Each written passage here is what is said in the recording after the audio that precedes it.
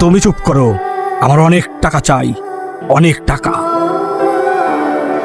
একটা মেয়ে হেঁটে আসছে, মনে হয় ওর কাছে কিছু আছে। আমাকে ছেড়েন, আমাকে যেতে দেন, ছাড়েন। এই চুপ কর, তোর কাছে যা আছে আমাকে দিয়ে দে। না, আমার জান থাকতে আমি টাকা দেব না। টাকা দিবি নি মানে? এই নে।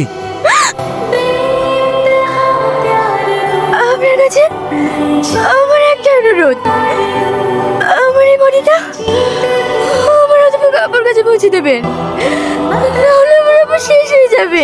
কে তুমি? কোথা থেকে আসছো? আমি কি করলাম?